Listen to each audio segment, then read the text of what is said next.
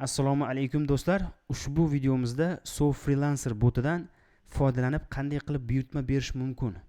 Shu narsani ko'rib o'tamiz. Ya'ni demak botga start beramiz. Start berishimiz bilanoq bot siz bilan salomlashadi va asosiy vazifasi nima ekanligini aytib o'tadi va pastki qismda ko'radigan bo'lsangiz, botning funksionalliklari, ya'ni buyurtma bersangiz bo'ladi, oldingi buyurtmalaringiz ro'yxatini ko'rsangiz bo'ladi, adminga murojaat qilsangiz bo'ladi to'g'ridan to'g'ri. Sofia AI degan sun'iy intellekt bor. O'sha sun'iy intellekt orqali ham prezentatsiyalar yoki boshqa ishlanmalarni ham demak generatsiya qila olsangiz bo'ladi. Balans degan tugmangiz ham bor. Bu balans orqali demak ayni paytda shotingizda, profilingizda qancha pulingiz borligini bilsangiz bo'ladi. Hisobni to'ldirish orqali esa o'sha balansingizni to'ldirishingiz mumkin. Video qo'llanma esa ushbu ko'rayotgan videoingizni linkini sizga beradi. Ya'ni mana shu botdan qanaqa foydalanish mumkinligini. Xo'p, keling siz bilan o'zingiz xohlagan mavzuda qanday qilib buyurtma berish kerakligini ko'rib o'tamiz. Buning uchun buyurtma berish knopkasini bosasiz. Bosganingizdan keyin quyidagi ma'lumot sizga ta'kidlab chiqyapti. Endi buni mazmuni nima? Men sizga qisqa qilib aytadigan bo'lsam, pastdagi bir kategoriyalardan birini tanlashingiz kerak bo'ladi. Ya'ni siz nima qilmoqchisiz? Taqdimotmi, kurs ishimi, diplom ishimi, testmi, dars ishlanmami, loyihami va hokazo turli xil kategoriyalar bor va bular doimiy darsuvchilarimiz tomonidan qo'shib boriladi, kengaytirib boriladi. Demak, sizga o'ziga kerakli bo'lgan kategoriyani tanlaysiz. Misol uchun deylik, kurs ishi qilmoqchisiz yoki taqdimot. Davaydi taqdimotni tanlaylik. Taqdimotni bosganingizdan keyin sizga qarang, buyurtma tavsifi, ya'ni iltimos buyurtmangizni mavzusi va talablarini aniq va tushunarli tarzda yozing. Bu ijrochini ishini tez va to'g'ri bajarishga yordam beradi deyapti. Demak, siz buyurtma bermoqchi bo'lgan mavzuyingizda tavsifini polniy yozishingiz kerak bo'ladi. Mana misol tariqasida mana bunaqa ma'lumot berilgan ekan. Demak, mavzu berilgan, necha betligi, qanday rejalar borligini kiritib ketish kerak, 1, 2, 3 va qanaqa formatda sizga kerak. Xullas, shunaqangi yozingki, mutaxassis ko'rgandan keyin hech qanaqa savol tug'ilishi kerak emas. Tushundingizmi? Men endi nima yozishni bilmadim. Deylik, mana shu mavzuni qaytadan copy paste qilib tashlayman, lekin siz bunaqa qilmasligingiz tabiiy, chunki sizga bu mavzu kerak emas. Boshqa mavzuni batafsil to'liq yozishingiz kerak bo'ladi. Kelishdikmi? Okay, demak endi yuborishni bosaman.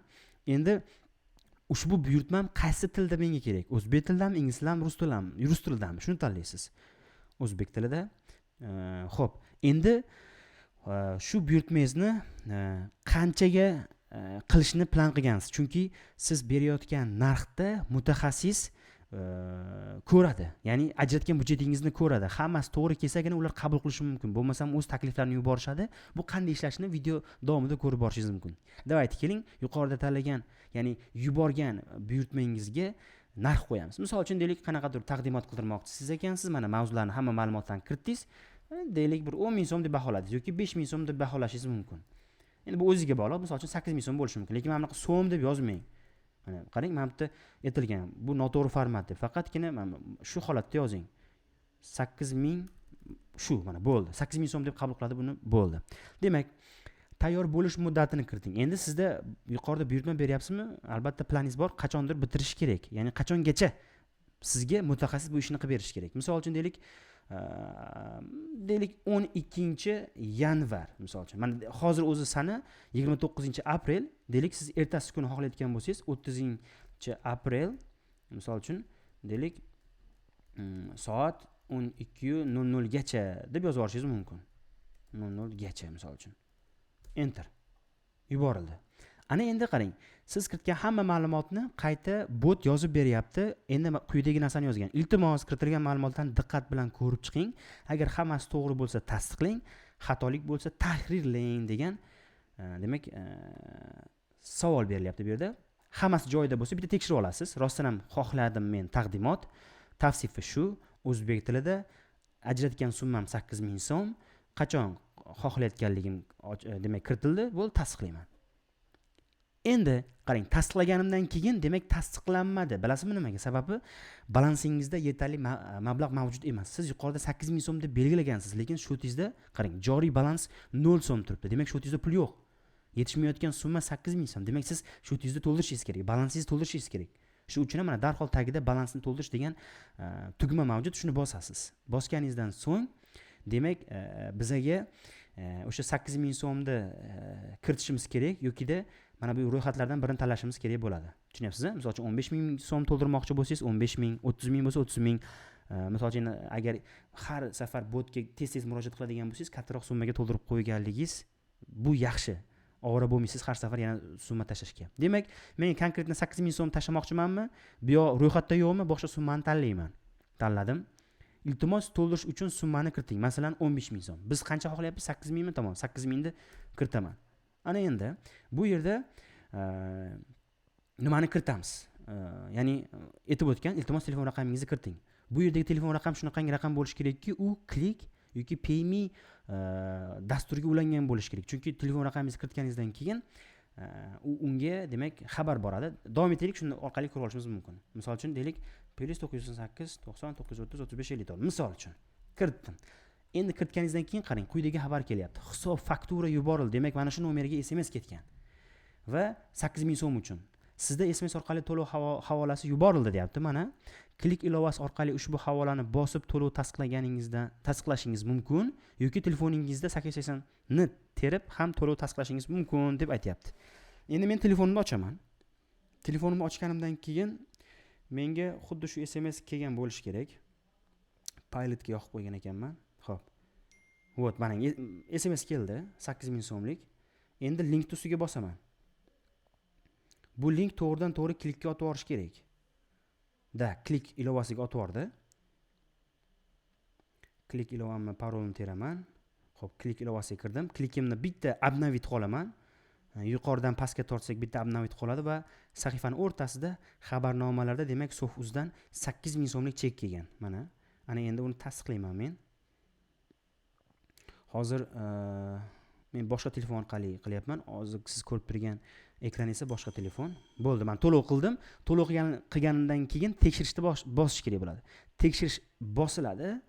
Ana o'shani to'lov qilganingiz yoki qilmaganingizni bilib olsangiz bo'ladi. Qarang, to'lov muvaffaqiyatli amalga oshirildi. Bo'ldi, demak ish bitdi. Endi qarang nima deyapti? Yuqoriga chiqib tasdiqlash tugmasini bosing deyapti. Demak, yuqoriga chiqamizda buyurtma o'sha bergan joyimizga o'tamiz. Mana qarang, tasdiqlash qismi. Tasdiqlashni bosganimizda o'tgan safar tasdiqlanmasdan shotimizda kam deb aytgan edi. Mana endi tasdiqlashni bosadigan bo'lsak, pastga o'tamiz. Mana qarang. Buyurtmangiz kerakli mutaxassislarga yuborildi. Mutaxassislar buyurtmangizni ko'rib chiqib, ma'qul kelsa qabul qiladi yoki sizga shaxsiy takliflarni yuborishadi. Biroz kuting. Endi bu yerda siz nima qilishingiz kerak bo'ladi? Rostdan ham biroz kutishingiz kerak bo'ladi, chunki sizni buyurtmangizni hozir rostdan ham hamma mutaxassisga yetkazilgan. O'zini dasturida ko'rinadi. Endi ularda o'sha siz kiritgan mavzu 8000 so'm belgilagansiz-ku. Agar 8000 so'm ularga ma'qul kelmasa, ular o'z taklifini yuboradi. Misol uchun 10000, 15000, 20000, 30000 va sababini yozib yuboradi. Nimaga bunaqa narxdaligini. Tushunyapsiz-a? Yoki qaysidir mutaxassisga siz kiritgan deylik mavzu va narx to'g'ri kelsa, to'g'ridan to'g'ri tasdiqlaydi va sizga bu yerda xabar keladi. Davaydi birinchi holat bo'yicha ishlaymiz. Demak, hozir biz mutaxassislar hozir ikkita mutaxassisimiz bitta nima galma-galdan o'z takliflarini yuboradi. Mana misol uchun qarang. Hozir yuborishdi, mana birinchi taklif keldi sizga, qarang. Mutaxassislar siz bergan narxni ko'rib o'z takliflarini yuborishdi. Demak, siz bergan narx hozir ma'qul emas. Kimdirga ma'qul emaski, taklif yubordi. Ya'ni davom etamiz. Hozir siz takliflardan birini tanlashingiz yoki o'z narxingizda mutaxassis chiqishini kutishingiz mumkin. Agar topilsa, sizga alohida xabar yuboriladi. Qarang, hali alohida xabar kelgani yo'q. Davom etamiz. Agar siz belgilangan narxga hech kim rozi bo'lmasa, mavjud takliflarni birini tanlashingiz kerak bo'ladi. Mana birinchi taklif. Qarang. Mana qarang. Endi xuddi shu SMS yana bitta qaytadan keldi, chunki ikkinchi taklif keldi. Birinchi taklifni ochib ko'raman, mana. Birinchi taklifni ochib ko'rganimda qarang, ismi Avazbek. 8000 so'mdan 15000 so'm deb o'z narxini beryapti. Izohda esa bu narx bilan sifatli ishni o'z vaqtida bajarib bera olaman debdi. Agar sizga ma'qul kelsa, siz buni tasdiqlashingiz mumkin. Undan oldin Avazbek haqida ma'lumotlarni bilib olsangiz bo'ladi. Shu vaqtgacha nechta buyurtmalar qabul qilgan, nechta buyurtmalarda ishtirok etgan, qanaqa baho olgan, o'rtacha bahosi nima, hamma ma'lumotlarni bilib borsangiz bo'ladi. Yoki orqaga qaytasiz. Agar bu ma'qul bo'lmasa, bu variant orqaga qaytasizda 15000 so'm qimmat menga deydigan bo'lsangiz, taklif 2 ni ko'rasiz. Misol uchun. U taklif 2 esa 15000 emas, 20000 bo'lib kelgan. Buni Jasurbek yuborgan. Izohga esa hurmatli mijoz, mavzuyingiz murakkab, shu narx taklif qilaman deb u o'z taklifini yuborgan. Xullas, bu yerda ikkita taklif bor, ikkitasidan birini tanlashingiz mumkin bo'ladi. Agar qaysi biridir ma'qul kelsa, tasdiqlashni bosishingiz kerak bo'ladi. Faqat bu yerda bitta narsani inobatga oling. Agar sizga o'zingiz kiritgan narx bo'yicha taklif kelmasa va vaqt ketayotgan bo'lsa, ikkala taklifdan birini tanlashga majbur bo'lib qolasiz. chunki mutaxassislar shunday deb baholadi va shu narxga qilib berishadi sizga. Lekin vaqtingiz bemalol bo'ladigan bo'lsa, ko'proq kutsangiz, sizga o'zingizni narxingizda ham kimdir taklif berishi mumkin. Misol uchun 3-taklif uchinchi inson qabul qilishini kutamiz. Mana qarang. Endi hozir bu hammasi albatta yordamchi sheriklarimiz orqali bo'lyapti. Yuqorida ikkita berilgan, bu ikkita mutaxassis berdi. Uchinchi mutaxassis esa sizni bergan buyurtmangizni qabul qildi. Ya'ni tabriklaymiz, siz belgilangan narxda mutaxassis topildi va buyurtma tasdiqlandi. Qarang, siz ham tasdiqlaganingizdan so'ng mutaxassis ishni boshlaydi. Demak, hozir mutaxassisning oynasida sizni tasdiqlashingiz kerakligi kutib turilibdi. Hamma mutaxassisda. Siz shu kelgan uchala insondan birini tanlashingiz kerak. Tushunyapsiz-a? Bu o'zingiz xohishingiz. Xohlasangiz hozir shu so'nggi siz narxingizga kelgan odamni tanlashingiz mumkin yoki yuqoridagi 15 ming yoki 20 ming so'mga kelgan takliflardan birini tanlashingiz mumkin. Ular bekorga qimmat qilmadi, chunki qanaqadir mutaxassisligi kuchlidir yoki o'ziga ishonchi kuchlidir, misol uchun shunaqa narx belgilagan. Demak, o'zingiz budjetingiz va holatingizga qarab turib birini tanlashingiz mumkin bo'ladi. Deylik, men o'zimiz kiritgan 8 ming so'mni xohladim tasdiqlashni deb bosaman. Lekin shu joyda bitta narsani aytib ketay. Yuqoridagi bitta narsani bosib eslatib ko'raman. Qarang, 15 ming so'mni tanlagan paytingiz buni tasdiqlasangiz, tasdiqlay olmaysiz. Nimaga deydigan bo'lsangiz, shotingizda 8 ming so'm bor. Hozir buni tasdiqlayman deydigan bo'lsangiz, anaqa shotingizni yana qo'shimchasiga to'ldirishingiz kerakligi aytiladi. Ya'ni 8 ming so'm bo'ladigan bo'lsa, 15 ming so'm qilish uchun yana sizga qancha pul kerak bo'ladi? Ana shuncha pulni to'lab qo'yishingiz kerak bo'ladi. Demak, orqaga qaytaman. Tushunolsiz bu joyini. Endi u 8 ming so'mga kelgan tasdiqlashdi. Men ham tasdiqlayman. Tipani baraka bo'ladi. Ikki tomon ham qo'l tashlash bo'ladi. Tasdiqlashdi. Bosdim va shu zahoti mana qarang, siz buyurtmani tasdiqladingiz, mutaxassis ishni boshlaydi va yakunlagach fayl yuboradi. Bo'ldi. Endi siz bu yoqda hech narsa yozishingiz shart emas. Mana bitta nimadirlar deb yozishingiz shart emas yoki boshqa ish qilishingiz shart emas. Endi bu yerda shunchaki kutishingiz kerak bo'ldi. Chunki mutaxassis sizning xabaringizni olgan bo'lsa, ishni boshlaydi. Tushundingizmi? Siz berilgan vaqtgacha uni yuborish keraklik mas'uliyati mutaxassisda bor. Shu uchun qo'rqmasdan, xavotir olmasdan, turli xil gumonlarga bormasdan shunchaki sabr qiling va kuting. Qachonki mutaxassis ishni yakunlagach kerakli faylni yuboradi. Deylik, oradan bir qancha vaqt o'tdi va mutaxassis ishni bitirdi. Ana endi sizga o'z faylini yuboradi. Demak, u qarang, e'tibor bering, fayl jo'natilmoqda degan xabar keldi. U qachonki faylni yuborayotgan bo'lsa, mana shunaqa xabar keladi. Kutamiz. Mana, xabar keldi. Demak, sizning buyurtmangizni mutaxassis bajarib bo'ldi. Siz bergan 57 ID dagi buyurtmangiz yetib keldi. Quyidagi tugmalardan birini tanlang. Endi ochib ko'rasiz, tekshirasiz. Sizni deylik, mavzungizga oid bo'lgan rostdan ham o'sha faylmi, hammasi joyidami? Tasdiqlashni bitta bosasiz. Hammasi joyida bo'lsa, agar muammoli tomonlari bo'ladigan bo'lsa, muammo bor deb turib, administratorga aloqaga chiqishingiz mumkin bo'ladi. Tasdiqlaganingizdan keyin sizni shotingizdan pul yechilib va 0 holatda aylanadi-da va 8 ming so'm to'g'ridan to'g'ri mutaxassisning shotiga o'tadi. Va mutaxassisda oxirida albatta ball qo'yishingiz kerak bo'ladi. Uni keyingi buyurtmalariga ta'sir qilishi mumkin bo'ladi. Shuning uchun albatta baho qo'yishni yoddan chiqarmang. 3, 4, 5, 2, 1 u o'zingiz xohishingiz va qilingan ishga qarab turib. Misol uchun men 5 baho qo'ydim. Rahmat, siz mutaxassisga 5 dan 5 baho berdingiz. Buyurtma ID 57 edi. Agar siz yana ilmiy ish kerak bo'lsa yoki yangi buyurtma bermoqchi bo'lsangiz, botimizni qayta ishga tushiring yoki pastdagi biror bir tugmani bosib ham ishga tushirishimiz mumkin bo'ladi. Umuman olganda buyurtma berish shunaqa holatda ishlaydi. Faqat men shu menyuni tushuntirdim. Qolgan menyular juda sodda, juda oddiy. Misol uchun buyurtmalar menyusini bosadigan bo'lsangiz, shu vaqtgacha bergan buyurtmalaringiz ro'yxatini ko'rsangiz bo'ladi. Mana misol uchun hozir bergan buyurtmamiz statusi yakunlangan holatda turibdi. Bu doimiy mana shu botda saqlanib qoladi. Keyingisi adminga murojaat. Bitta bosadigan bo'lsangiz, adminga murojaat uchun telefon raqam va Telegram lichkalari yozilgan. Imkon qadar Telegram lichkaga yozishingiz tavsiya beriladi, chunki telefon raqamni doim ham ko'tarmasliklari mumkin.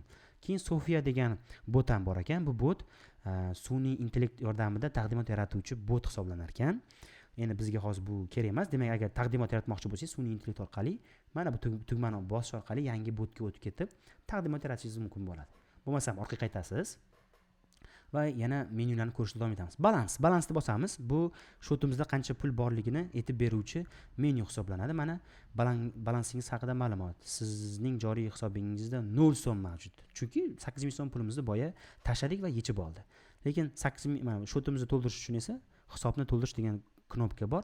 Shu orqali ham kerakli summalarni terib yuqorida ko'rsatganim kabi demak hisobni to'ldirish mumkin bo'ladi. Bo'lmasam bekor qilamiz. Xo'p, keyingisi esa video qo'llanma. Bu haqida aniq bilishingiz tabiiy, ya'ni video qo'llanmani bosganingizdan keyin mana shu botdan qanaqa foydalanish mumkinligi haqida video qo'llanma mavjud. Hozir ko'rayotgan videongizga otib yuboradi. Umuman olganda, demak, So Freelancer boti shunaqa ishlaydi. Salomat bo'ling.